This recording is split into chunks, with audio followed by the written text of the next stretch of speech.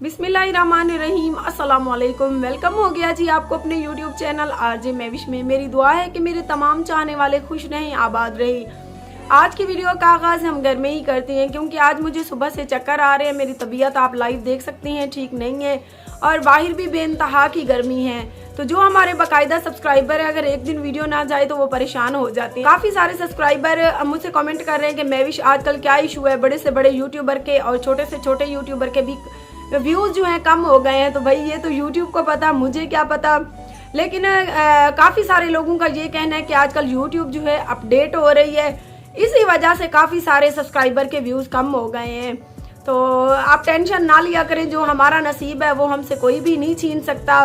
बाकी ये तो यूट्यूब की फील्ड है, इसमें कभी व्यूज़ अप होते हैं, कभी डाउन हो जाती है।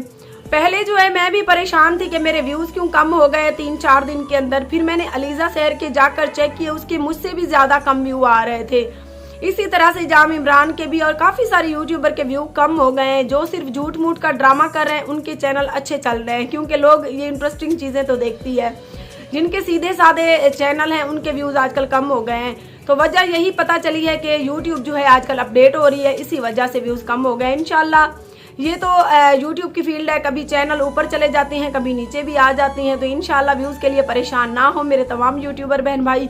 व्यूज़ के लिए परेशान है तो उनसे यही गुजारिश करूंगी कि अलीजा शहर के 8.5 लाख सब्सक्राइबर हैं, जिसकी काफ़ी सारी वीडियोस मिलियन में गई हुई हैं। तो उसके चैनल पर भी आप लोग जाकर विजिट कर सकती हैं। उसके व्यूज़ तो हमसे भी ज़्यादा कम आ रहे हैं। हमारे तो तकरीबन 1.5 लाख सब्सक्राइबर हैं, उसके तो 8.5 लाख सब्सक्राइबर हैं।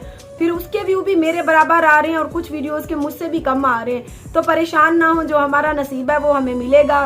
तो मैंने सोचा कि सबसे पहले ये तफसील के साथ बात कर दूं क्योंकि 2-3 बंदों के मुझे रात कमेंट आए हुए थे कि बाजी क्या मसला है कि आजकल सब यूट्यूबर्स के व्यूज़ कम हो गए हैं। यूट्यूब चैनल आरजे महविश की वीडियोस देखने के लिए हमारे चैनल को सब्सक्राइब करें और साथ ही खड़े बेल आइकन को दबाना मत भूलें।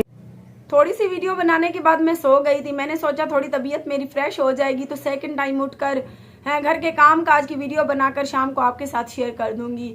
आधा घंटा मैं सोई रही, उसके बाद बच्चों ने मुझे उठाया, मेरे हस्बैंड की कॉल आई हुई थी और जो फैसला उसने मुझे सुनाया उसके बाद से मैं खुद भी परेशान हो गई हूँ। आज भी ये फैसला मैं आप सब पर छोड़ रही हूँ क्योंकि आप सभी मेरी फैमिली हैं। आप मुझे बताएं कि मैं क्या करूँ।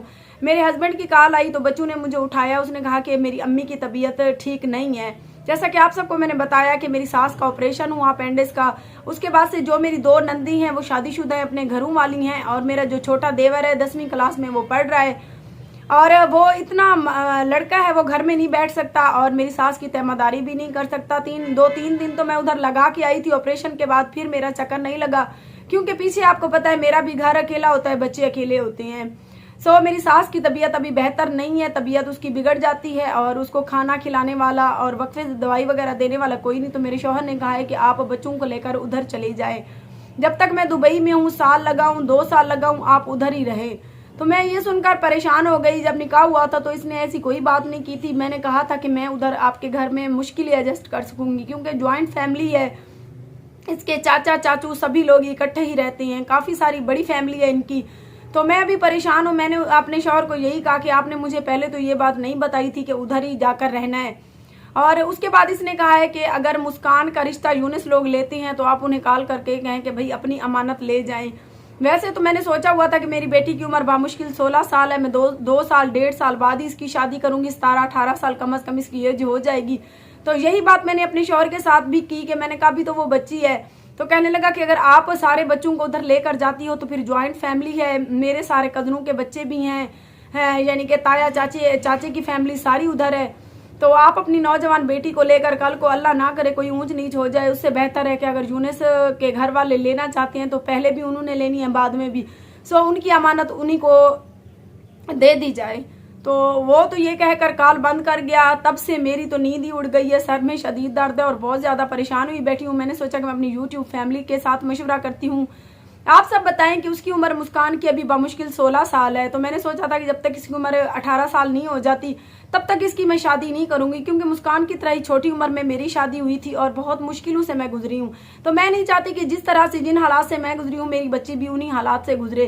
तो यूनिस को मैंने बात की, यूनिस कहता है कि मैं अभी शॉप पे हूँ, मैं घर जाकर अब्बू से या अम्मी से आपकी बात करवाता हूँ। और यूनिस भी अभी इस फैसले के लिए तैयार नहीं है। एक तो वो पढ़ रहा है, ऊपर से जो उन्होंने प्लाट मुस्कान के लिए घर बनाना है उसके लिए उनकी अभी कोई भी तैयारी नहीं है, क्योंकि देहात वाले घर में तो मैंने यूनिस को कहा था कि मैं नहीं दूंगी। जो जामपुर में उनका प्लाट पड़ा है, मैंने सोचा था कि उसी के ऊपर घर बनवाएंगे तो ही मैं मुस्कान का रिश्ता उनको दूंगी।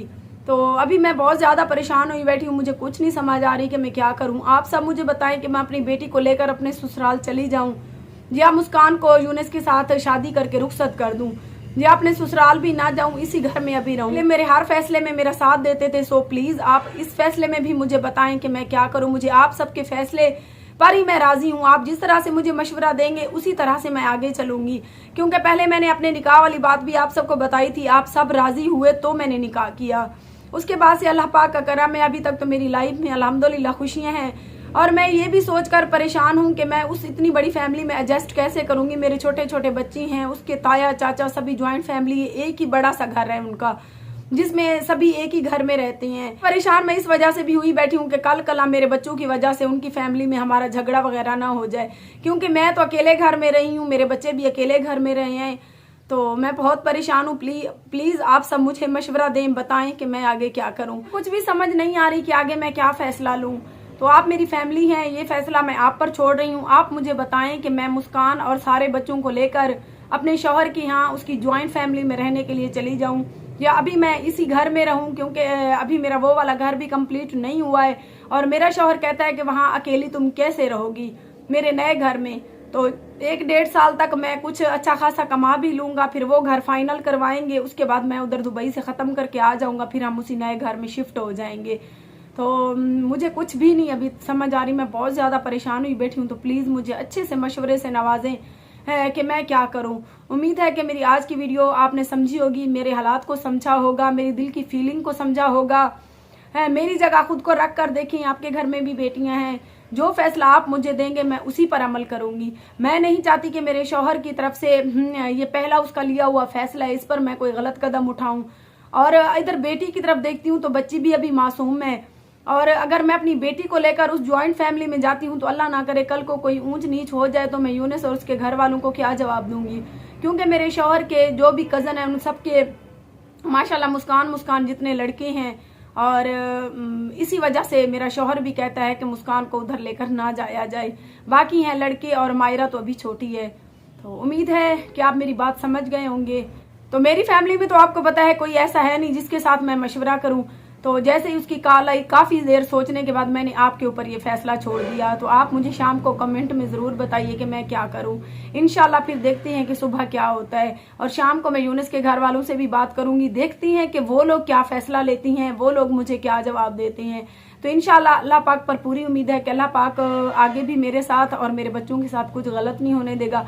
तो मिलते हैं सुबह किसी अच्छी सी वीडियो में। अपना बहुत सारा ख्याल रखिए और मुझे अपनी दुआओं में याद रखिए। अल्लाह निगहबान।